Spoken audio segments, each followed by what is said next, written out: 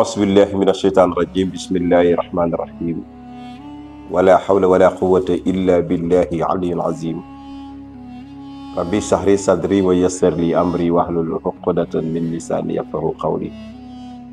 mbokki internet yi suivre Lansar TV ñu ngi leen di nuyu di leen ziara di ñëwaat ci seen 4e partie ci émission muy yonent yàlla Youssouf alayhi salaam.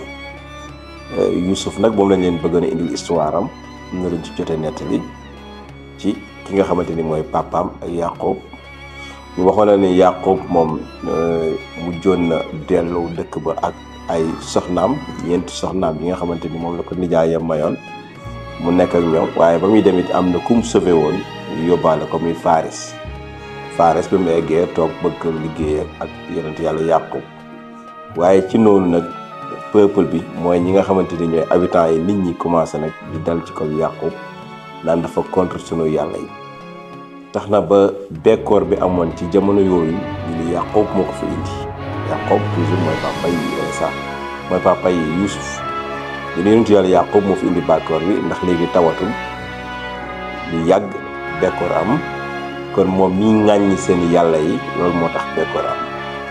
ñu daal ni nag léegi biñ demee ba jaaxle nag ñu ne nañu woo Laabaan ni gouverneur bi dafa waxal ak sa mbokk bi ndax moom foog mu wax ak ñun, foog mu ñëwaat gëm suñu yàlla yi bàyyi yàlla yi muy naqaral ndax moo tax tawatul moo tax bekkoor am. dem nag di ñaan seen yàlla yi ñoom pour mu taw ak yu demee noonu.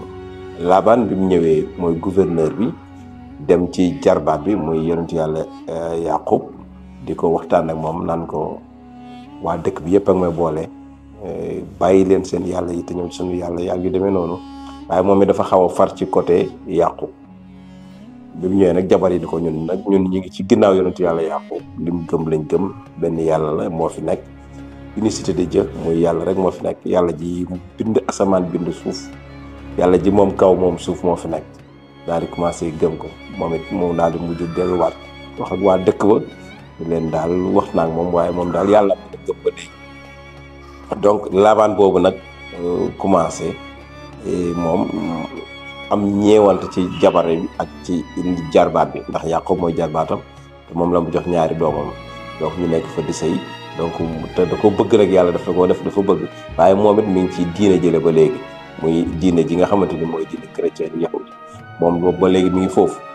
léegi nag Yaqub bi mu ñëwee nag ñoom prêtre bi di wax ak moom ñu ne ko nañ gis prêtre bi wax moom mun ne man daal amul wax yéen ndax man benn yàlla la am. yàlla jooju mooy yàlla ji nga xamante ni mooy yàlla yonent yi mooy yàlla ji nga xamante ni moom Ismaïla sama maam gëmoon mission boobu la waroon a continuer. Laabaan nag moom toujours mi ngi wax ak gouverneur bi mu ngi wax ak Laabaan mooy gouverneur bi moom ci yàlla Yaqub mu dellu si waaye yonent yàlla Yaqub moom nanguwul a dellu si. donc ñu gis ni yonent yàlla Yaqub ci li mu nekk mi ngi ci am constance mi ngi ci am ngëm-ngëm.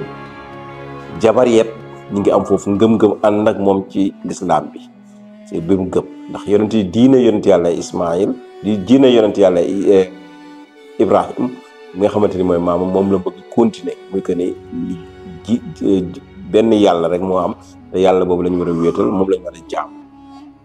léegi nag bi ko defee nag ñooñu commencé toujours ñoom di ko xeex waaye nag yàlla def na jabar yi ànd nañoo moom. gis nga kon da nga gis ni ci histoire bi ni jëkkër ak jabar dañoo war a ànd nekk benn. jabar yi dañoo bootu ci ginnaawam bàyyi diine jële ñëw ànd ak moom jàppale ko ci mission bi mu doon dox. kon jigéen toujours war na mën a jàppale jëkkëram li ñuy wax ni derrière chaque homme il y a une grande femme. donc jigéen mooy mu jàppale jëkkëram ci mission. jigéen yooyu nag soxnaam yooyu dañoo taxawoon nekk benn donte ñeenti soxna lañ mais mujj nañ sax wujjeewuñu dañoo mujj nekk benn. donc pour jàpp mission bi mën a dem jigéen yooyu ñoo nekkoon ci ginnaaw.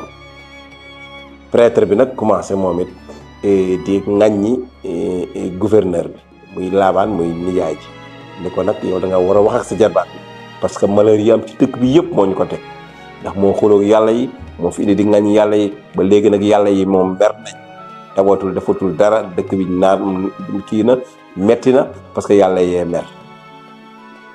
kon waxal ak sa jarbaat muy yonent yàlla Yaqub mu Laabaan nag ni ko mu la may wax ak moom parce que yow sa mission nga nekk moom mu nekk ci mission man it sama mission laa nekk muy sécurité dëkk bi donc ku nekk na yem sa place.